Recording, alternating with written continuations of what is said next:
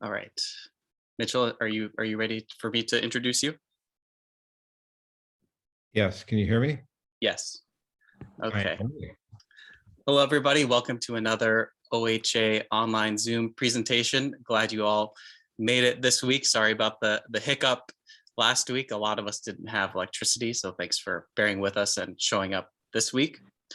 Tonight we have with us Mitchell Schwarzer, author of Hellatown, Oakland's History of Development and Disruption. I first met Mitchell just by emailing him, and then we had a chat by Lake Merritt. I appreciated his openness to connecting with me and that he took the time to write a great book about our city. He's a retired professor in the Department of History and Art and Visual Culture at the California College of the Arts. He's the author of... I don't know, raise hand. I don't want to do that. I don't care about that shit. Sorry, would you mind? Hold on one second. Stop. Sorry about that. Hold on. What was it? It appears to be Heather Hanley's mic, for what it's worth. Okay, well, I'll mute everybody again. Can I Sorry exit about the and enter interruption. again? Sorry. Okay, sorry about that. He is a retired professor in the Department of History, Art, and Visual Culture at the California College of the Arts. He is the author of several previous books, as well as over 125 articles and essays on architecture and urbanism. If you have any questions during the presentation, please put them in the chat. I will keep track of them and make sure to ask them at the end during our Q&A session. And with that, I will hand it over to Mitchell. Thank you. Thank you, Daniel. Let me share the screen. Let's see how that works. I will stop sharing.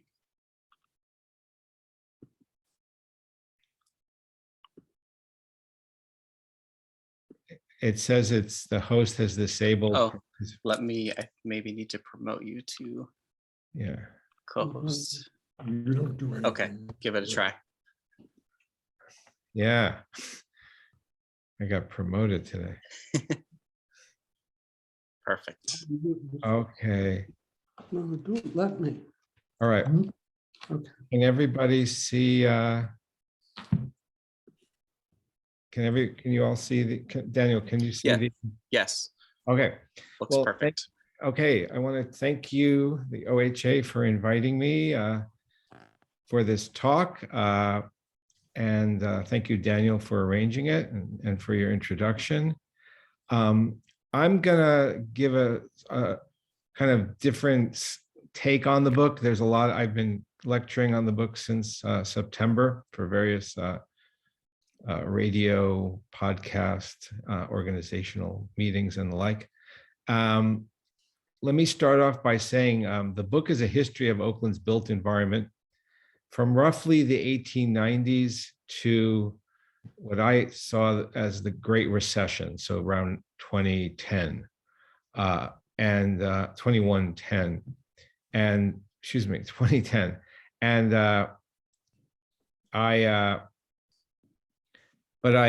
and so that much said, it's a history of transportation infrastructure, of housing, of workplace, from factories to offices, of parks, of civic attractions, of shopping, pretty much all the aspects, fundamental aspects of the built environment.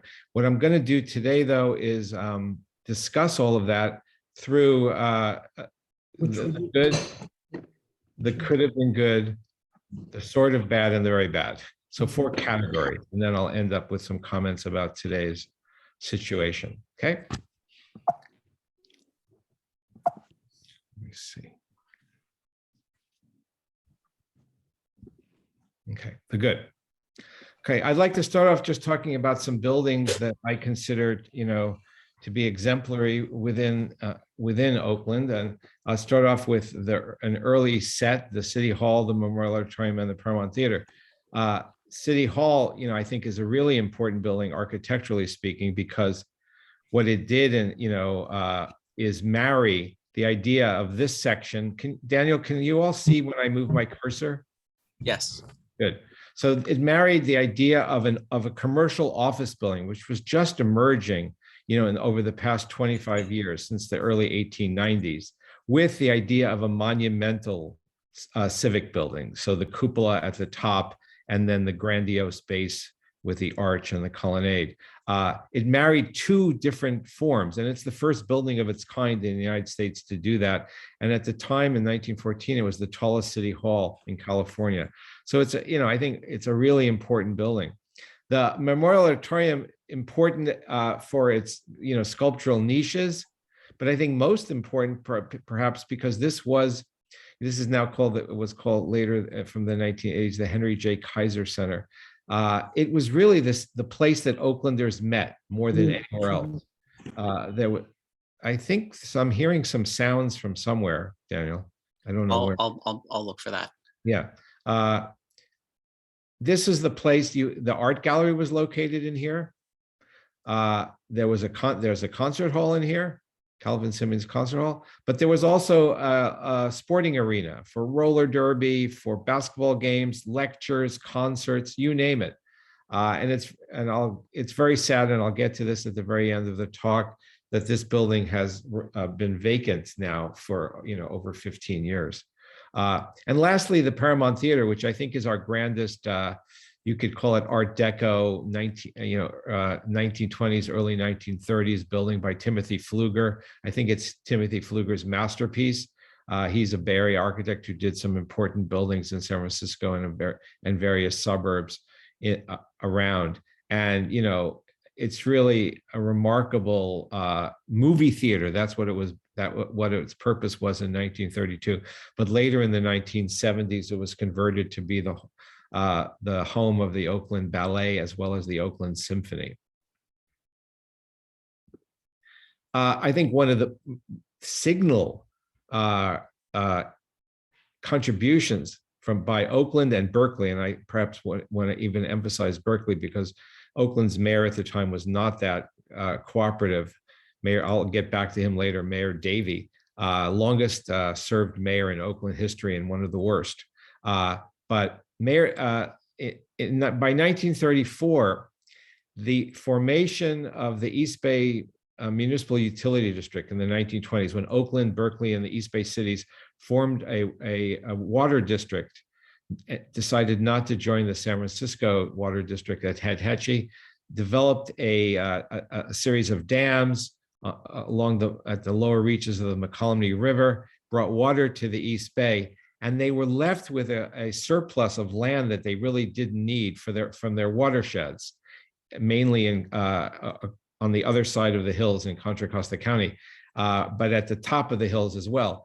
And they didn't give it to the new East Bay Regional Park District, but they sold it for a relatively low price. And the first four parks were Tilden in Barclay, Lake Temescal, Round Top, which is now Sibley, and Redwood in Oakland. So Oakland had three of the first parks. And I'll mention this early when I talk about a failure with respect to Oakland parks, but this is now the largest regional park district in the United States with over 125,000 acres encompassing pretty much all of Alameda and Contra Costa County. It's one of the gems of the East Bay and was formed, and a great accomplishment.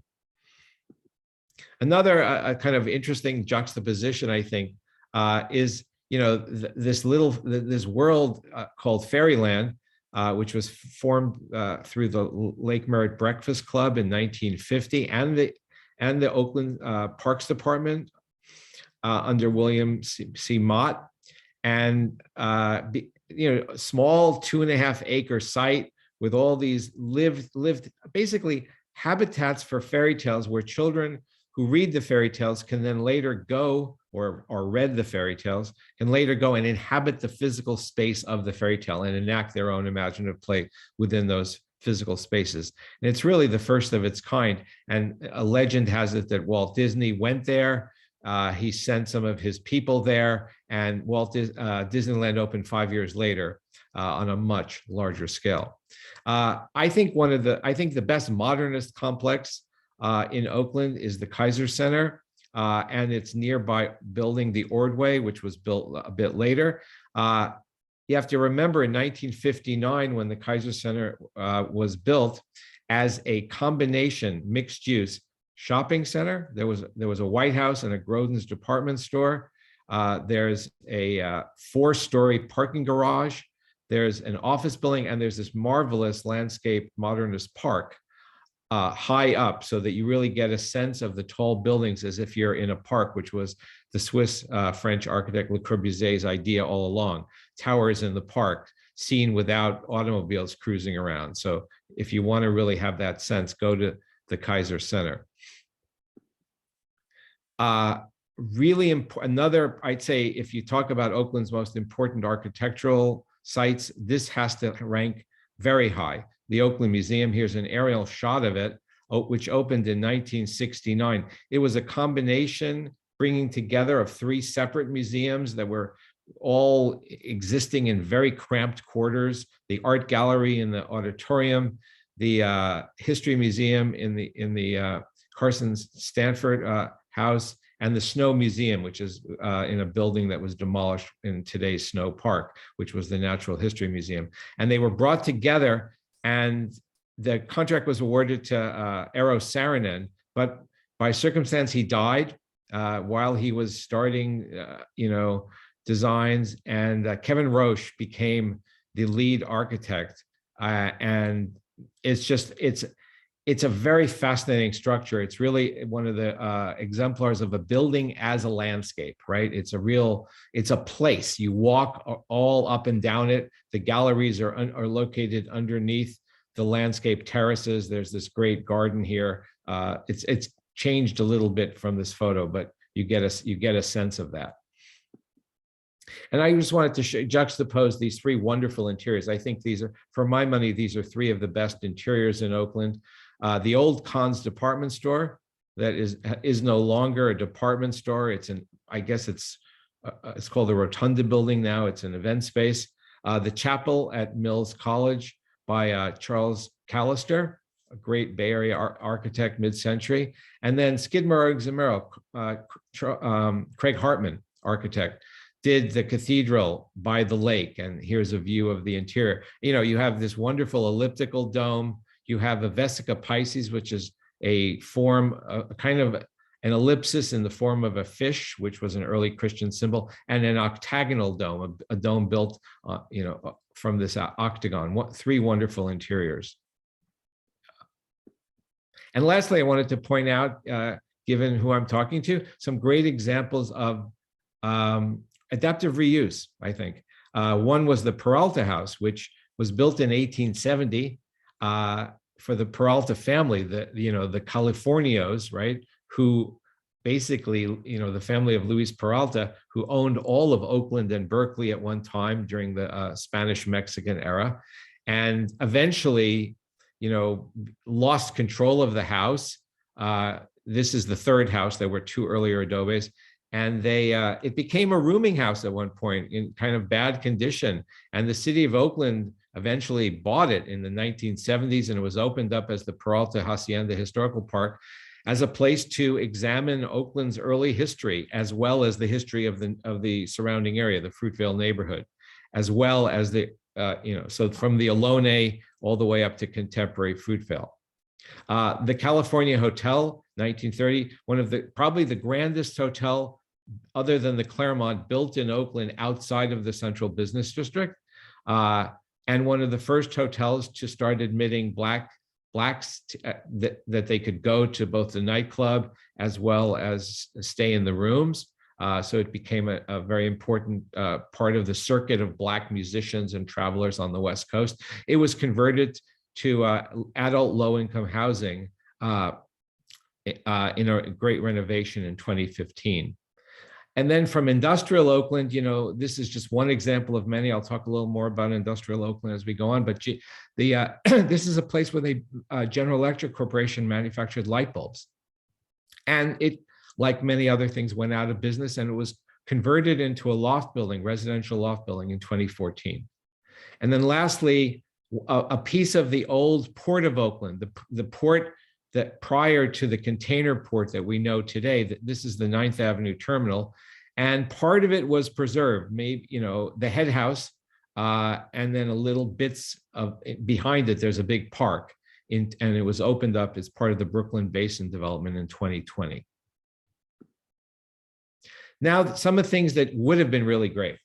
And now we get back to Mayor Davey. Here's a drawing. And so you can see Lake Merritt and downtown and the bay.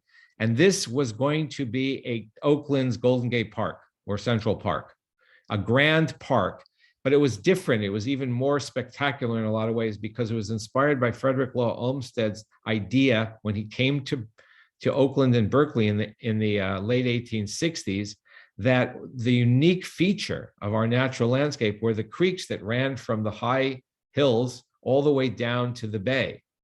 And he thought that what a wonderful idea to make the creeks and the creek environment, these riparian corridors, into parkland, right? And so Charles Mulford Robinson, when he did the plan for Oakland in the early 20th century, built upon that idea.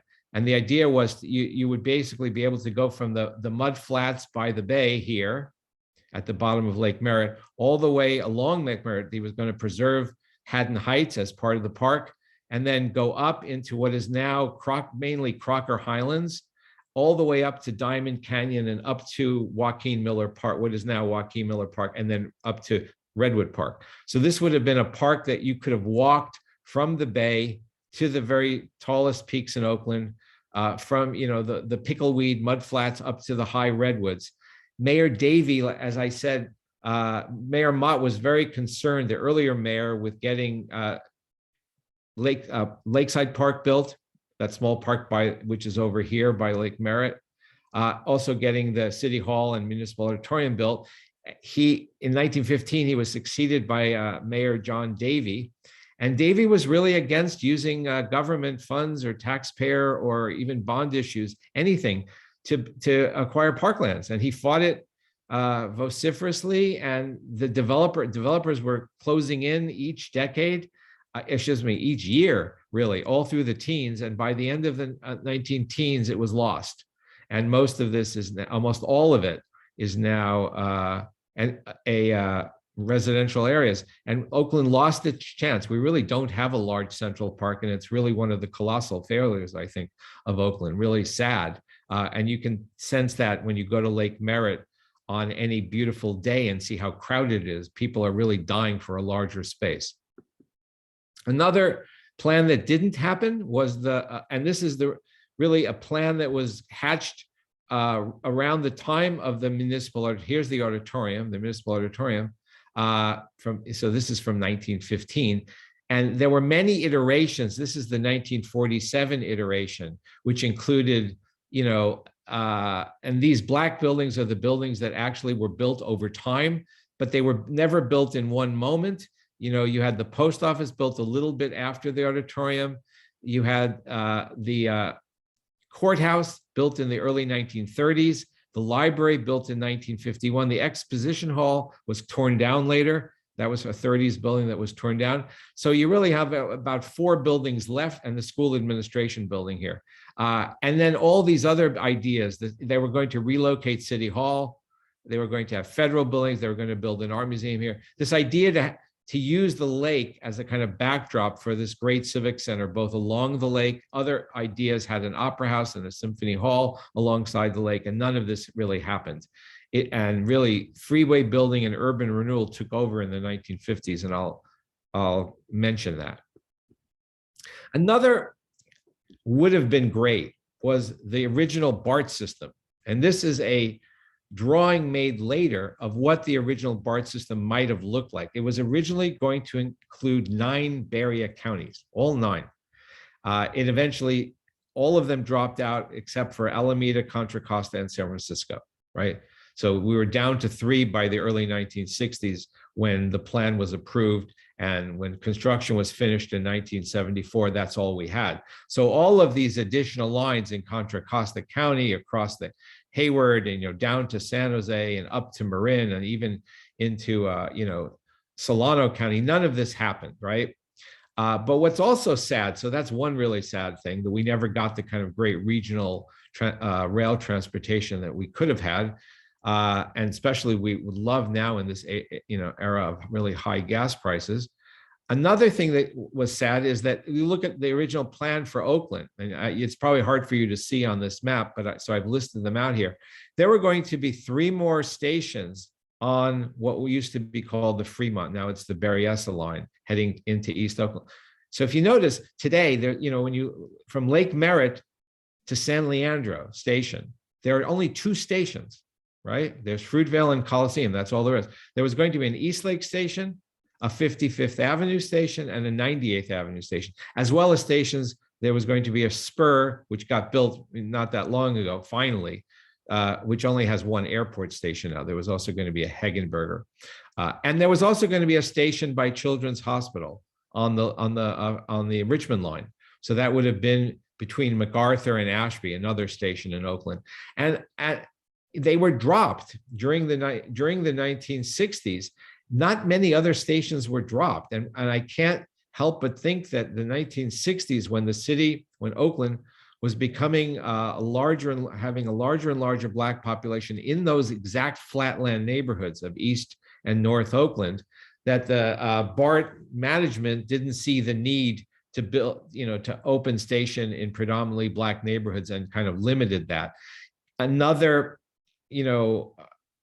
corollary to this is how the stations in Oakland, and I write about this a bit in the book, have huge parking lots around them. Fruitvale, Coliseum, West Oakland, because they really were designed for commuters to drive to the parking lot, take the BART to downtown Oakland or San Francisco, and not really for the BART system to function as for the neighborhoods, and it wasn't oriented also to getting people out to where the jobs were moving, starting in the 50s and 60s, out to the suburbs. It was really oriented to serve as a kind of relief for the Bay Bridge, which was so congested then. Now the sort of bad. And I'll start off again with look at another transportation. And I'm not going to say that we shouldn't have had built any freeways, and we did end up building 4 freeways, right? You're probably all familiar, right? Here is the 880. And and it now has a little bit different course, because this map was before the Loma Prieta earthquake. So that was the 880, right? Which then goes toward the 80. That was the first freeway in Oakland. And then the 13, the Warren in the hills. And then the 580, which heads out, toward Castro Valley and then Livermore Valley. And finally, the Grove Shafter, which heads out toward the Caldecott Tunnel. And then the 980, which completes it. So that's the freeway network we got. What's interesting is that Berkeley rejected the extension of the Warren down Ashby Avenue, which would have connected it to I-80. They fought it off, so Berkeley had a little more anti-freeway sentiment than Oakland. Berkeley also undergrounded all of their BART lines, and Oakland didn't. It above grounded everything except for the stations downtown. So Berkeley was more forward thinking in terms of its planning with respect to both freeways and BART. Luckily, though, we didn't get 3 more freeways. One would have been the Park Boulevard Shepherd Canyon Freeway, you can see here, that went up through Montclair, and there would have been another tunnel like the Caldecott, which would have actually connected into Moraga, and more freeways out in Contra Costa County. There was also to be a Hegenberger Freeway from the intersection of the Warren and the MacArthur over here, nearby Mills College, would have gone down all the way to where the airport is now. And then this is the most amazing of all the freeways, the most, really deplorable. There was to be the Shoreline Freeway, and the Shoreline Freeway would have gone, there would have been one of the iterations, there would have been a bridge here, the second crossing between Oakland, Alameda, and then to Hunters Point in San Francisco. And then the Shoreline would have gone in the bay off the coast of Alameda, about a quarter mile off the coast. So if you were on any of the beaches in Alameda, that's what you would have looked at. Instead of the bay, you would have looked at this 2-story freeway. And then it would have gone up through what is now the Port of Oakland, connected to the Bay Bridge, and then gone along the shoreline off of Berkeley and Emeryville and El Cerrito, all the way up. So this was canceled after the second crossing was canceled. And they're basically, these freeways didn't happen. So that could have been our future. Speaking of the waterfront, I wanted to just show you the changes in the waterfront, good and bad, right? This is a view of 1935, before the Bay Bridge, okay? Where you can still see, this is the key pier. I'll show you another shot of that. And this is the old shoreline, right? This is Alameda here. Look at, this is what Alameda, looks like in 2000 and relatively similar today, right? So Alameda, most of the western part of Alameda is landfill. And this here, this cove, which is now Middle Harbor Shoreline Park, and you can see it here, they're just starting some work on creating the Naval Supply Depot here. This was the largest depot for supplying the United States Navy, period, anywhere. Everything from books to military ordnance to medical supplies to clothing was brought here by train from other parts of the United States and then transferred to ships. This was an incredible operation. The Oakland Army base was right over here, and they're all built on landfill. And after the war, they continued all the way into the 1990s. By that point, the Port of Oakland had created this landfill, the 7th Street Terminal, the new container port. So you can see here the outlines of the container port. And this is 2000. All these two bases plus the Naval Hospital in the hills were all closed. Another not so great endeavor in Oakland was Jack London Square's commercial attempts. There were two major ones. You might not recall them because nothing much happened after they were built. There's some nice landscaping, especially in the second one that you can see on the right. The first one was Jack London's Waterfront in 1987, which really tried to kind of, and I wrote an article about this for California History Magazine. Really what Jack London Square was doing all along was trying to compete with Fisherman's Wharf and failing each time. Jack London's Waterfront was an attempt to build something that would match Pier 39. And in this case, it was supposed to be a regional shopping center with stores like The Gap and Sharper Image and Victoria's Secret. None of them came. They built all the space for them and they didn't arrive. This was 1987. The only thing that eventually came was a Barnes and Noble bookstore, which in what was supposed to have been a food hall. So it was pretty much a utter failure, that early plan. The second one with the California Harvest Hall was supposed to be a gigantic food market a la, again, San Francisco's Ferry Market. The success of the Ferry Market, which had opened a few years earlier, brought Oakland's visions high again. And they built this building, an office building and a 2-story restaurant food hall space. The office building has done quite well, and the food hall has never opened. And there's been one restaurant in it. And this, we're talking now 13 years down the road. So not a great success. Another, our losses that happen within Oakland. I just wanted to point out two, and I'm going to end on a loss. St. Mary's College, which is a really good school, which is located now in Moraga, moved in 1889 from San Francisco to Oakland. And it was located along Otto Row off of Broadway. And there was a possibility Oakland could have acquired a larger space for a campus. But it was the 20s, and guess who was mayor? Mayor Davey. And there was no real effort made to keep the college in Oakland, which I think would have been a great thing for the town. And it moved to Moraga, and that's history. Then more recently, as we all know, the Warriors left the arena here where they had been playing for over 40 years. And they moved to the Chase Center in San Francisco 2 years ago. And then the Raiders moved about a year ago from the Coliseum to Las Vegas. And now the A's, who are the remaining franchise in this wonderful Skidmore, Owings and Merrill complex from 1966, we don't know what's going to happen. We're hoping they will stay in Oakland, but that's still not a certainty. That's still up in the air. Now I'd like to turn to some of the things that were quite bad, even although one can debate the very bad and the sort of bad. I mentioned freeways, and probably the worst freeway Oakland built was the first one in a lot of ways. And it was because it was originally called the East Shore and then the Nibbits. Highway 17 and then Interstate 880. It's changed names a lot.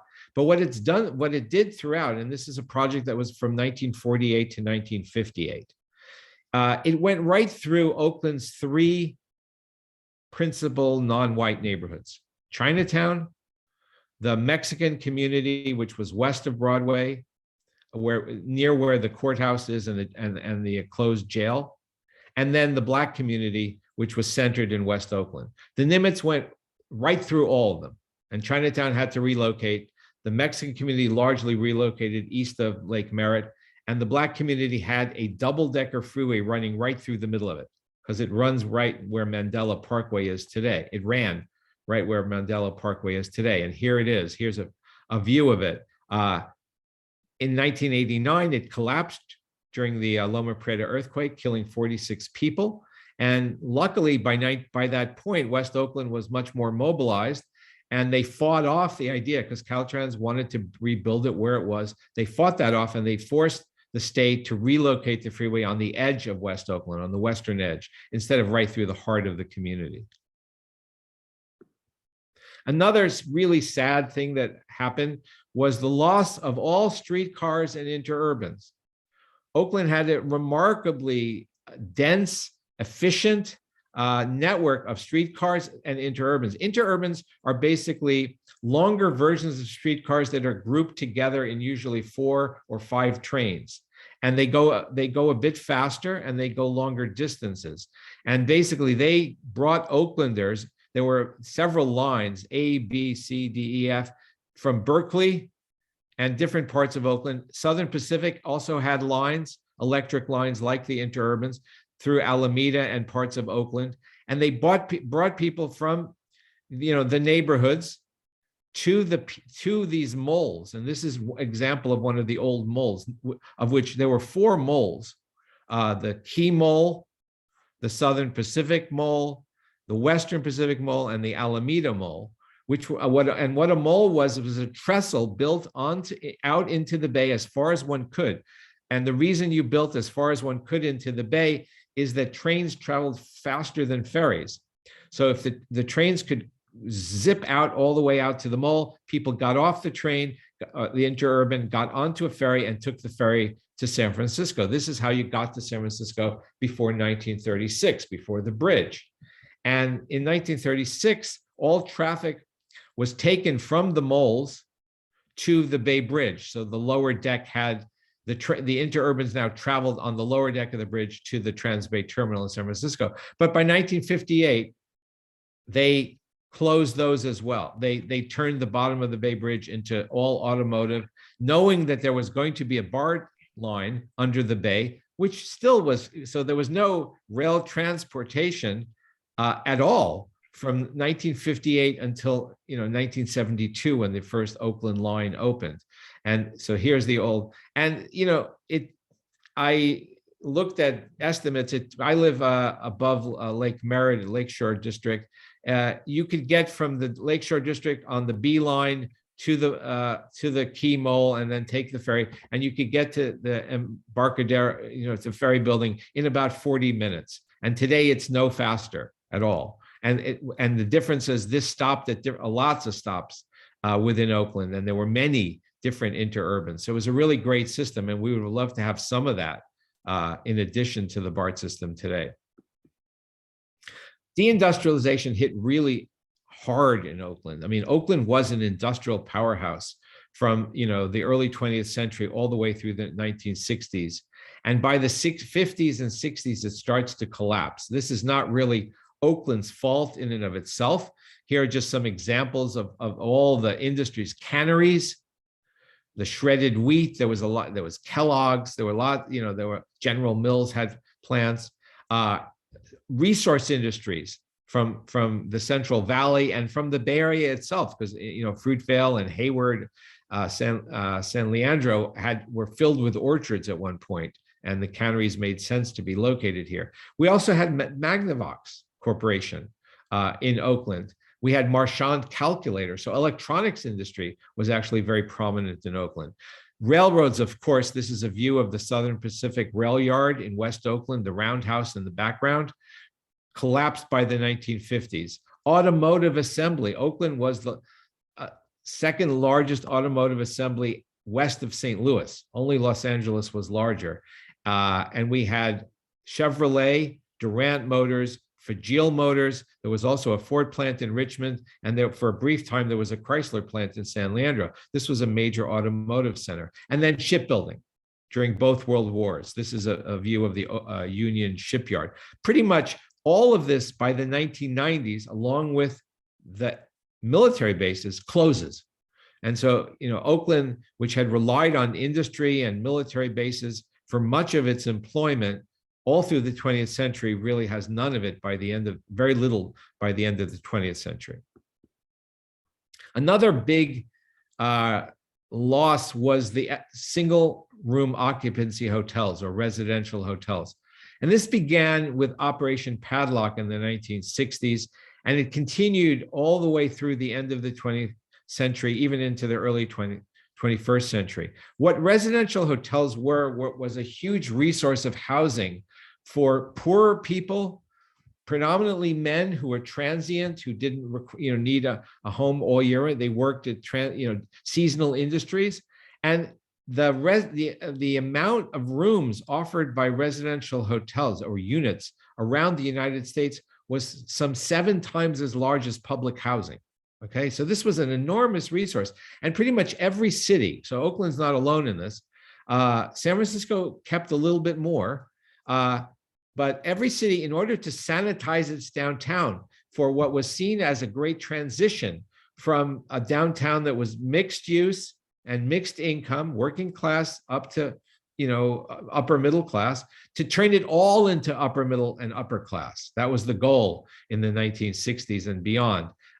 Which utterly failed in Oakland, by the way. But because of that, they started eliminating these hotels, tearing them down. And that was Operation Padlock in the early 1960s, where they enforced really strict code compliance on the buildings that were poorly maintained in order to shut them down, put them out of business, and then demolish them. Along those lines, right afterwards, the city center urban renewal occurs. Total slum clearance over a huge area. This is a view of Washington Street, which was the old retail center of Oakland.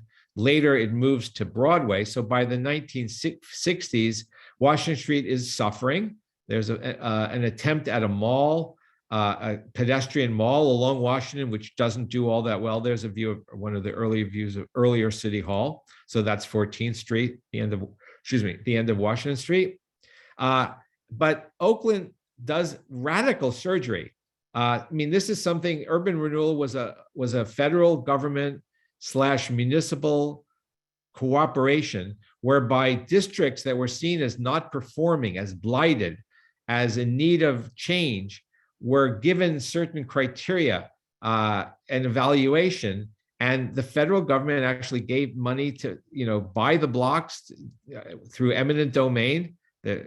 And then in the case of City Center, you had 15 plus 4 plus 3 more, entire blocks almost, everything torn down. And this is a view from the Clorox building at what it looked like for a long time in the middle of downtown Oakland. San Francisco did the same thing, in the Golden Gateway and Barclay Center. They took out the produce district, and they also did something very similar near Buena Center, but they didn't do it in the heart of downtown. Oakland did it in the heart of downtown. And the results were catastrophic and disastrous, both in terms of the loss of buildings, the loss of units, that what it meant for a city to have its core completely open and vacant for such a long period of time. The goal had been to build a huge shopping mall right in the middle of downtown. And none of the stores came because that was really not, they weren't, you can see Bullock's was one of the intended stores. A similar things were going on elsewhere. And the other, the most destructive urban renewal was in West Oakland, Acorn, which took out 50 blocks, even more, over 600 buildings. Like, this is the Sather block, which was a historic building from the 1890s, which was taken out in order to build, the housing for Acorn. And then lastly, for West Oakland, because West Oakland really suffered far more than any other from freeways, from urban renewal, and then Bart. And I mentioned Bart with its big parking lots. Here's the big parking lot around the West Oakland BART station. And notice the BART line runs right through 7th Street. Instead of being undergrounded, it runs right through, and they literally took out half of 7th Street, which was the main commercial corridor of West Oakland. And this is what West Oakland looked like in the 60s. Here's also the great post office. The United States government built a regional post office. To another 18 blocks were demolished for it. So if we talk about, an era of destruction, it was really, that era, the 60s. I wanted to show you a few more slides in terms of buildings that didn't get preserved. And I think this is a building not for architectural reasons. It's rumored to have been one of the first brick buildings in Oakland from the late 19th century. It was reconstructed after a fire. But really what was important about this building, this was the Japanese grocery store that became the kind of symbol almost, because of a photograph taken by Dorothea Lange in March of 1942 of what it meant for the Japanese American community to deal with the internment orders, which basically took away their homes and their businesses and sent them to internment camps. The Masuda family, in this case, was sent to a camp for the next 3 years, the Gila River Relocation Center in Arizona. And so, this is the famous photograph. And Masuda had put up this sign, "I am an American," because he was an American. He was born in America. And he was as American as anyone, but he wasn't considered American at that time after Pearl Harbor. And what's sad is the building was torn down in the mid-1980s for this apartment complex. It's at 8th and Franklin. So a loss of a really important historic site that people to this day come to Oakland to find and can't find and have a hard time. And another one, I think architecturally speaking, really tragic, is just when Oakland got its Historic Preservation Commission and Ordinance finally underway in 1973, as they were discussing the Packard Showroom, Bernard Maybeck, perhaps the most famous, renowned architect from the East Bay, his remarkable automotive showroom with Iranian Iwan arches and the like was torn down for a parking lot. A real horrible loss for Oakland. I just bring that up as one of many, many losses. And lastly, I wanted to just show you a couple slides, 2 slides. One is current day abandonment of significant structures that not everyone knows about. One is that General Electric had another plant in East Oakland in the 50s along East 14th Street. And this is what remained. This is what it looks like today. 55 acres of which almost everything is going to be demolished. But it's still sitting there kind of. I think parts of this head house are going to be kept. The Oakland School headquarters, on 2nd Avenue has been vacant for now. I think we're coming on almost a decade, 8 years or more, just sitting there completely vacant. No plans really to do anything with it. And then the Southern Pacific Station on 16th and Wood. This was the grand station for the Bay Area, ironically or peculiarly located not in downtown Oakland or in downtown San Francisco, but in an obscure part of West Oakland, because of the location of the moles, right? Because you went here and then you transferred to an electric line and continued to the mole to go to San Francisco or to go to downtown Oakland. So this was I don't know of a single station of its grandeur in the United States built in such a strange location. And perhaps that accounts for why it's sitting empty to this day. And lastly, there was a wonderful art park along the channel by Laney College toward the estuary, which included great works like Michael Heitzer's platform. And here's a photograph I took of platform, which is graffitied and neglected. The Oakland Museum controlled the art park and then just gave it up. And all these wonderful sculptures, there's a De Suvero and others, Dennis Oppenheim, they're just left there and rotting. And I want to end with my, my own college. I'm retiring this summer, and the college has been in Oakland for 20. I think it will be 100 years next year, 1923. Moved to Oakland from Berkeley. and has been a real force within Oakland. It's been a great thing, like losing St. Mary's was bad. And unfortunately, Oakland is going to lose California College of the Arts really soon because they're closing the Oakland campus this May. And here's a view of the an aerial view of the San Francisco campus. They plan, although they haven't started construction, to make up the space lost in Oakland by building an addition on the back lot of the San Francisco campus. That's the plan. But there are some really important buildings on the campus. Vernon DeMars designed the Founders Hall complex. This is just one part of it. It's a magnificent late 1960s construction, really important building. And then Jim Jennings designed this sculpture studio, which was renamed the Barclay Simpson Studio in 1992, another fantastic building. The college would like to destroy all of them. The only ones they've committed to keeping are the Mackey Hall and Carriage House, the Victorian structures. But these two other buildings would be tremendous architectural losses for Oakland. And I thought that would be a good place for me to end. Thank you. Thank you so much, Mitchell, for this great presentation. We have a few questions that came in, so I'll ask those, and then I have some additional questions. And feel free, others who are on to ask questions. I'll read them out to Mitchell. So we had couple questions, one from Alan and Julia. Where was the Packard showroom? That would be great for people to know. It was right by Lake Merritt. It was right like not far, right near where Kaiser Center was, just a block, I think, south of it, that little arm of Lake Merritt. Great, thank you. We have one question from Mark. To what do you attribute the continuing failure of Jack London Square and downtown in general to attract and retain commercial development? I mean, I think Jack London Square, the problems with those two plans, right? And was that kind of one trying to do what San Francisco is doing much more successfully, because San Francisco is a tourist center and Oakland is not. And so I think thinking we're a tourist city is futile. We're just not. Maybe we become a little more tourist friendly over time, but not yet. And so that was a big problem. Another was they didn't provide the initial plan. Neither plan provided free parking. So people couldn't, they could get to other regional shopping mall centers easy and park there. There was no easy exit off the 880 to Jack London Square, no clear way to get there.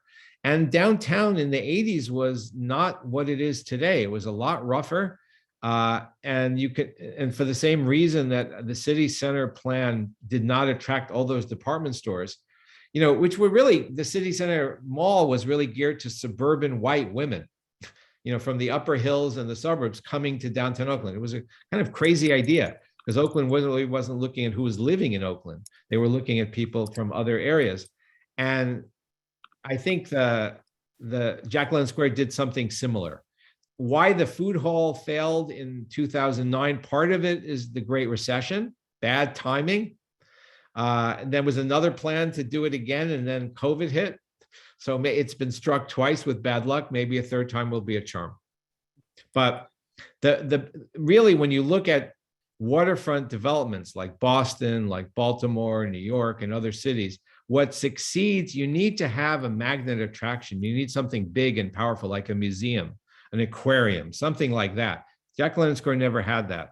This is why I just wrote a piece advocating for the Howard Terminal as the A's ballpark, because I think if the A's ballpark is built at the Howard Terminal, that's going to do a lot for Jack London Square. That's going to bring people there 81 games a year plus more, which is almost a quarter of the year. And they're building more housing now in Jack London Square. The Howard Terminal plan by the A's would have over 3,000 housing units. So I think you need that kind of big injection of energy to get people down there in order for Jack London Square finally to realize itself as an active, area in the, in the oldest, really what is the oldest part of Oakland. Thank you. That was great. Let's see, where's the next question? We have one question from Chris. What do you have to say about all the new market rate housing that has been built in the last 10 years? the last 10. It really goes back 20. I mean, it started with Jerry Brown, so it's going back to the early 2000s. I think it's a great idea. I think there's a lot of debate about this. People argue that if you build market rate housing, it's going to lead to gentrification everywhere. But that's really not matching the historical logic of how housing gets built. You need market rate housing because you need to increase supply, right? And 95% of housing built in the United States or even more is market rate. So if Oakland says we're not going to build market rate housing, we're going to get very little housing. And in fact, because there's a large demand for market rate housing now, the percentage of affordable housing that is built in each market rate project has gone up from nothing to close to 20% in some of the recent projects. And that's really great. And that's the only way we're really going to get affordable housing is in conjunction with market rate housing, because there's virtually no public housing being built anymore, right? It hasn't been for the last 40 years. In fact, the supply is shrinking. So the only way to build affordable housing is in conjunction with market rate housing. Market rate housing, furthermore, as far as the ones that are downtown and along Broadway, Valdez, West Oakland, were not built on the sites of existing buildings. It's not like the urban renewal of Acorn or other urban renewal projects, which tore down existing housing and displaced a lot of people. The new market rate projects are basically built on 1 or 2 story buildings, replacing small buildings with 30-story buildings or really tall buildings, much denser. So there's no direct displacement. There is indirect raising the quality of the reputation of a neighborhood, which might increase rents, mostly downtown. But if you didn't build market rate housing, you're still going to have the huge housing increases because of supply, because we're not building enough supply. That's really, we're faced with a tremendous conundrum now in the Bay Area that we have incredible demand because of the huge job creation of Silicon Valley over the past 20 to 40 years. I read recently there's 6 jobs for every housing unit. We're building 1 housing unit and 6 new people are moving in every year. So think about that, that ratio, which is getting worse and worse. So I think you have to build out, a lot of units, and the market is, we have a private sector. Until 1940, there had never been a single unit built in Oakland that wasn't market rate. The problem has been, and it's not market rate per se, the problem has been the segment that the market rate housing targets these days. If you look back to the 1920s, housing was built for working class people who worked in the factories. It was built for middle class people who owned stores or, worked in government. And it was built for upper class people. It was built for, pretty much most of the classes. Each decade or section of the 20th century, it's narrowed to the point where now the only people who can afford a new market rate unit in a structure, either rent wise or condominium in Oakland, I would think it's the top 10 to 20% at most. So that's been the issue, is that the developers, because of land costs, because of construction costs, because of permit costs, because of environmental review, because of lawsuits, there's a whole plethora of reasons, have basically exited the market in cities, except for the very top end. They're focusing completely on the top end. That's not great, but what has happened historically is that you have a situation called filtered housing, where basically the housing that the wealthier people will occupy in the new market rate units, the housing they leave will be less expensive. And the housing that, it'll just filter down. And that's really the way that Oakland has created affordable housing for some time now, filtered. It's called the filtering process. So between more affordable housing units, if you can get it up to 20% or more, you need market rate. Thank you. We have one question from Shannon Rivers. Could any of the failures or losses that you went over be reversed in your mind? Or do we have any opportunities? It's a great question. A deep question that would take a lot of thought. I mean, we can't build the park we wanted to build. That, Wildwood Park, it's that the land is built on, unless we evicted all the, people, that's not possible. Bart could and is changing its approach by building on top of the parking lots and creating transit villages that connect to the community. So that is happening. Whether Bart could actually build more stations in East Oakland is a good question. They possibly could. It costs a lot of money, but they could. There was a discussion for a while about building another station in San Francisco. There was one station that they didn't build, that they could have built on 29th Street and Mission. And I don't think it's gone forward. Certainly, though, another Bart line is in discussion. And if there is another line under the bay, it would connect, Oakland and San Francisco through Alameda probably. And we should fight for a line that actually services other parts of Oakland, right? So that, wouldn't it be great to be able to travel from, let's say, the Laurel district to the Richmond district in San Francisco via Bart? You wouldn't have to get in your car or you could go to Golden Gate Park via Bart. If we had enough lines like London or Paris or New York or Boston even, or Washington, we would be able to get out of our cars much more and travel around the region. So I think that's something that's a huge issue, transportation. So housing and transportation.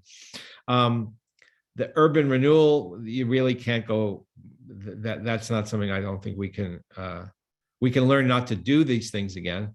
But I don't see, there's really no undoing it. The historic buildings that were destroyed, there's no really undoing it. You could recreate a building or two if we wanted to, but yeah. Thank you.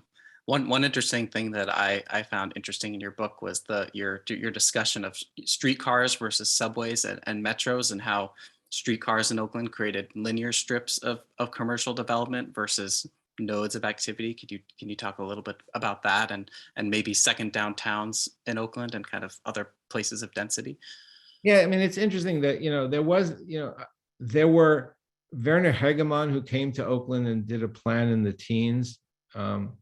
He advocated for a subway, that would have connected Oakland with Berkeley, that might have created some real dense nodes along its path, because it's much more likely with a subway or even an elevated train, a rapid transit around the station, it's more likely that you're going to have denser commercial development than on a streetcar, which has many more stops, right? If you have, let's say, a stop every 3/4 of a mile versus every, few hundred feet, it's more likely that those fewer stops are going to create nodes of dense development. We didn't get that, but if you look at it, it wasn't that unusual. I mean, how many American cities got subway systems before the Second World War? It was only, I think it's like 4. It's Boston, it's New York, it's a little bit in Chicago, a little bit in Philadelphia, and that's about it. So San Francisco and certainly Oakland, which was smaller, we were really too small in the American scheme of things at that point in time to get the kind of subway system that we would have liked. So really would have been the Bart era, and that's the real tragedy that, you look at,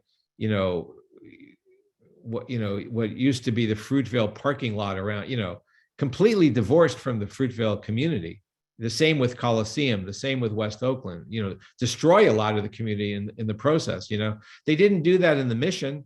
If you go to 16th and 24th Street, you don't see that, right? You see the Bart, it's much more like what you see in New York. You go down into the system and you come up and you're in the middle of the city, as opposed to in the middle of a parking lot. So Bart really worsened that historical situation.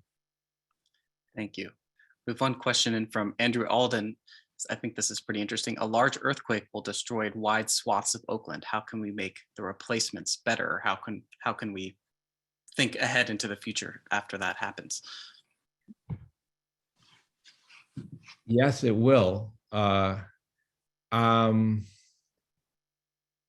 guess there's going to have to be there, you know, I don't, you know, do you decide not to build along the fault lines at that point? You know, because there's a lot of important buildings right on the fault, right on top of the fault, right? Like Berkeley buildings and the Claremont Hotel, you know, which I imagine are going to fare even worse. And then the landfill sites, we certainly built a lot of landfill, and especially in Alameda, but parts of Oakland and Berkeley and Emeryville, which is going to suffer greatly.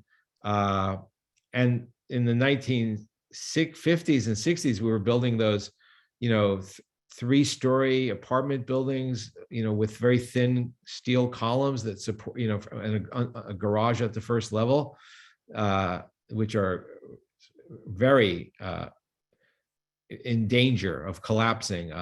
So, you know, I think we've learned through the history of earthquakes, you know, better practices on how to build. And we have retrofitted a lot of buildings. A lot of buildings have been destroyed in Oakland, historic buildings, because it was too expensive to retrofit them. We lost a lot of great historic structures for that very reason.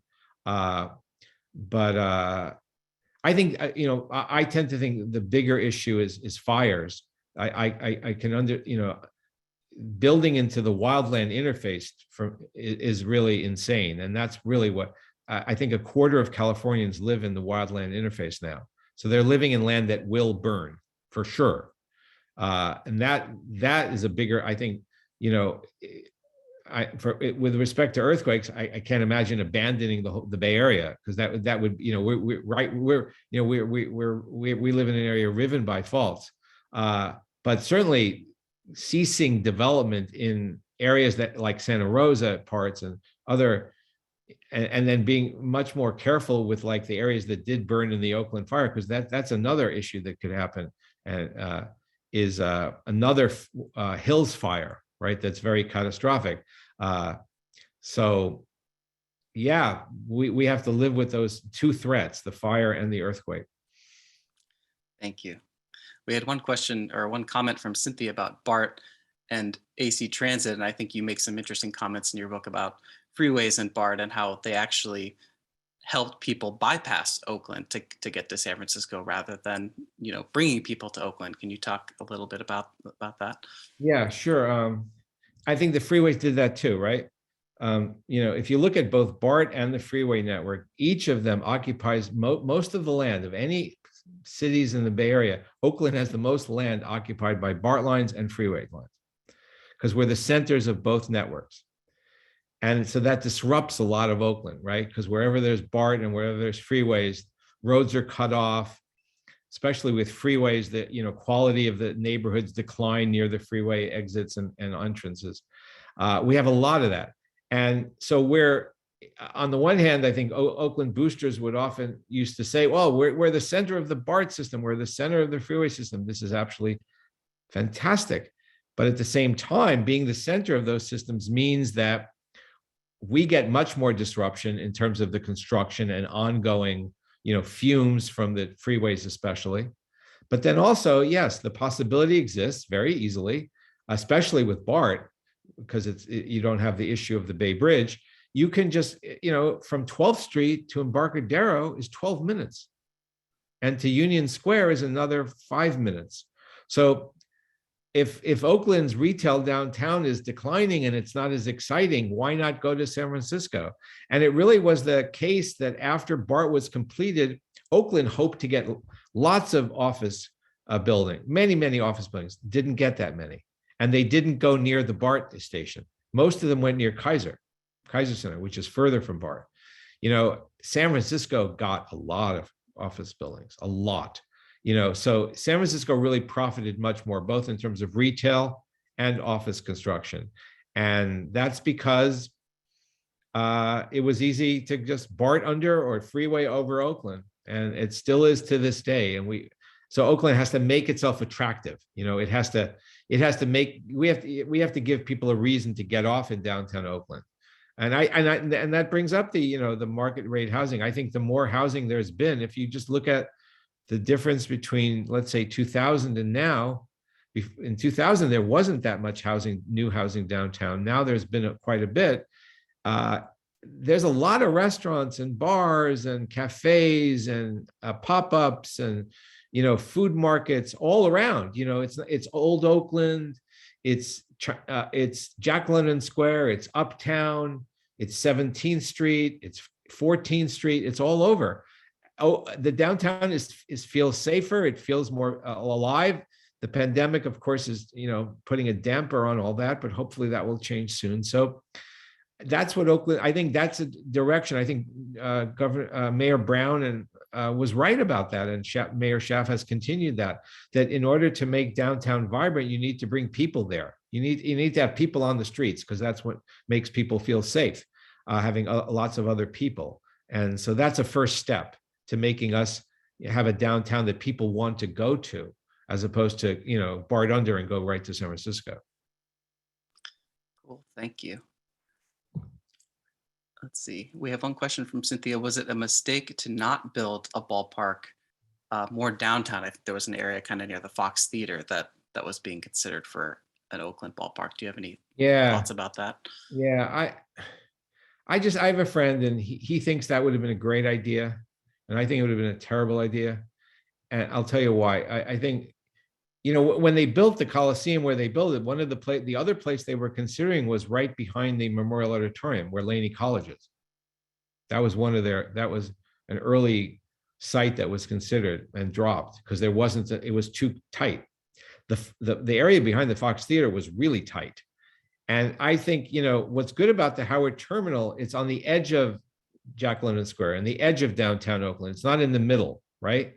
And so if you were to build the A Stadium there, you're not creating this big, huge, mega block, right? Super block that is kind of hard to walk around and, might be not that lively, for 3/4 of the year. It's much better to do it by the Howard Terminal on the edge of a downtown rather than right in the heart. I think the heart, why the Fox Theater, they would have had to get rid of the Fox Theater.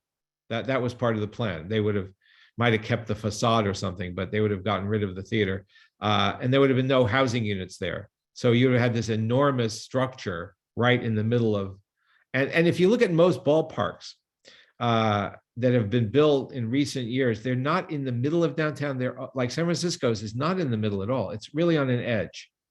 And Baltimore, which was the first, Camden Yards, is on an edge. It's by the harbor. It's not in the middle. So I think building something in the middle of a downtown, the same like taking out city center, you just don't do that.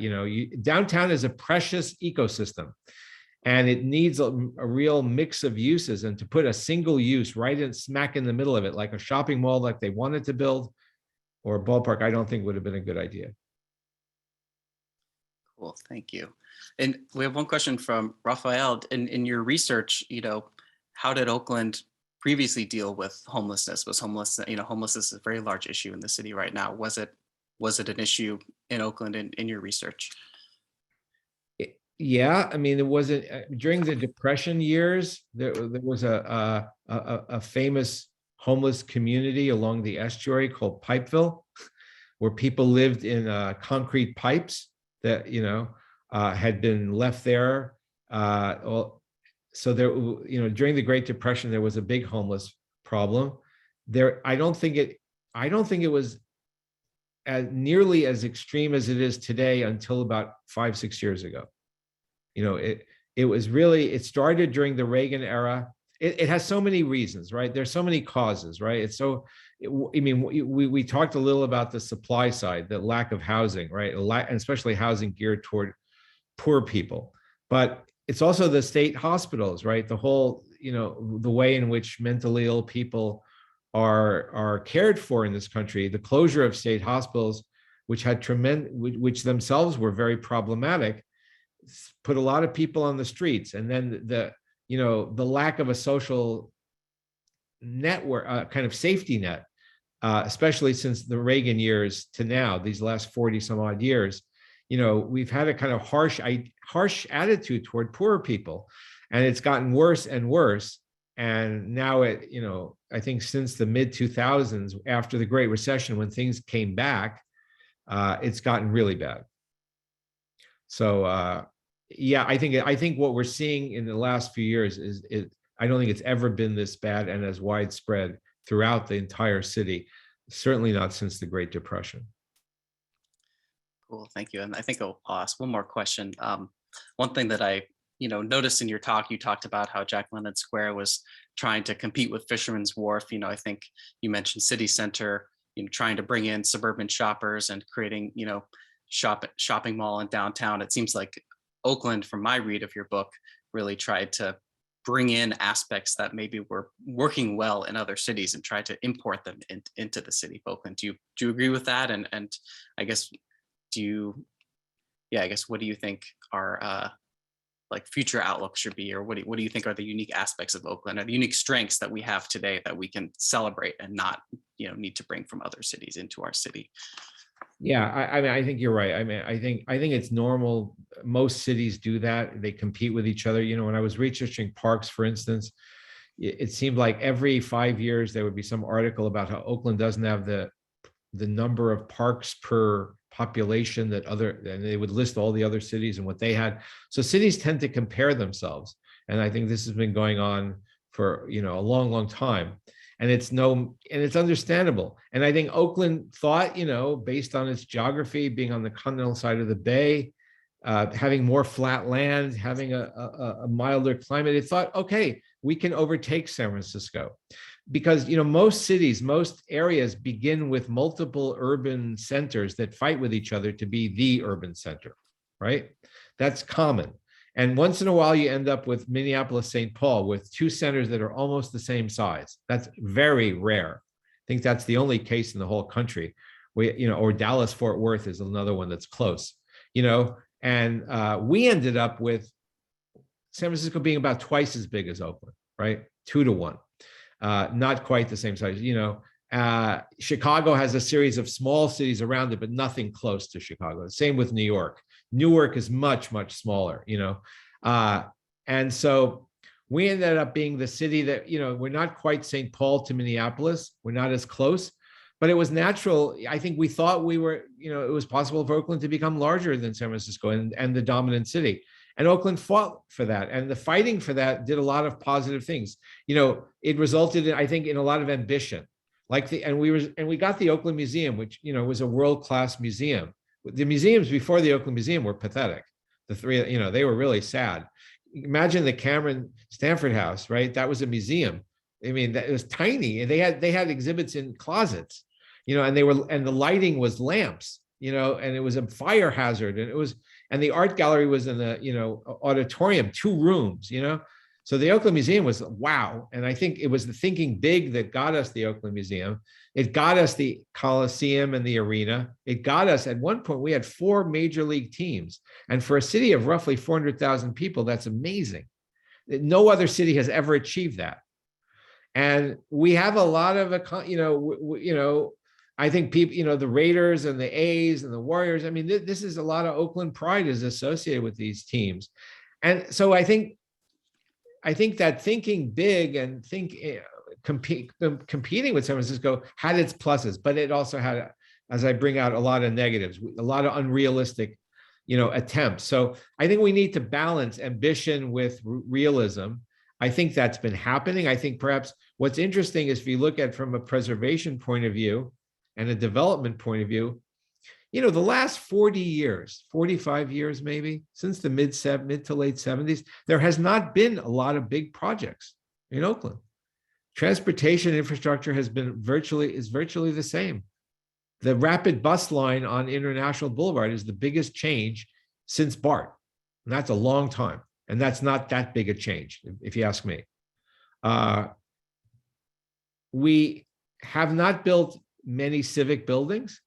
We basically have since the late 70s, we haven't added, it's just been very static. At the same time, there haven't been a lot of historic buildings demolished and destroyed either. And there were a lot, as I think a lot of you know, in the 50s, 60s, and into the early 70s. So we're in a kind of quieter period. It doesn't feel quiet given Putin's war in Russia and given COVID and given global climate change and given the droughts and fires. But in an Oakland sense, in terms of development and disruption, it has been quieter than it had been. I think that there were some early, really, really tumultuous periods. And I think what we need to do is learn from the mistakes of those early tumultuous periods, but still keep our ambition. And I think, and I guess what I would say is the biggest thing I would hope is that Oakland, which now has 440,000 people, we're at our all-time population peak. I would like to see us be 600,000 in 20 years. I think it's entirely possible to build a much denser downtown, to add a lot of buildings downtown and along the corridors and around the BART stations. So we could add a lot of population. We have to. There's a demand for it. Either it's going to be in the cities like Oakland and Berkeley and San Francisco, or it's going to be way out in the Central Valley. And people are going to be driving, who knows how long, that's not the solution. The solution is density. We have to accept that. And I think that's been hard for a lot of people in the Bay Area. Berkeley especially is extremely, resistant, has been resistant to density. Oakland has been a little bit resistant, but less so. San Francisco is changing. And so I think we're going to have to get used to the idea we don't live in a series of little villages. We live in a big city. A big city can be really exciting for anyone who spent time in big, cities around the world, like in Europe and East Asia and the Middle East. It's exciting when there's a lot of people on the streets. I think I remember when I moved to Oakland in 1981, and I walked to downtown at night, and it was scary. There was no one on the streets hardly, and it was like a ghost town.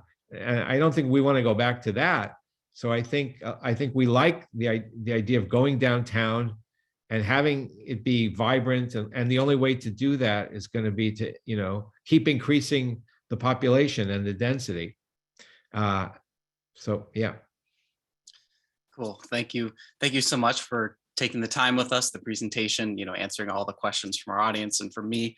And, please, everyone, check out Mitchell's book. It's a great book. I have it all underlined with all my thoughts and, excitement while reading it. It was really fun to read. So please check it out and support him. And please be an OHA member as well. And thank you again, Mitchell, and have a good night. And if anyone has any additional questions that I wasn't able to get to, feel free to email me. I put my email in the chat, and I'll make sure I relay those questions. That's great. Thanks for having me, and thank you, Daniel, for organizing it. Cool. Good night, everybody.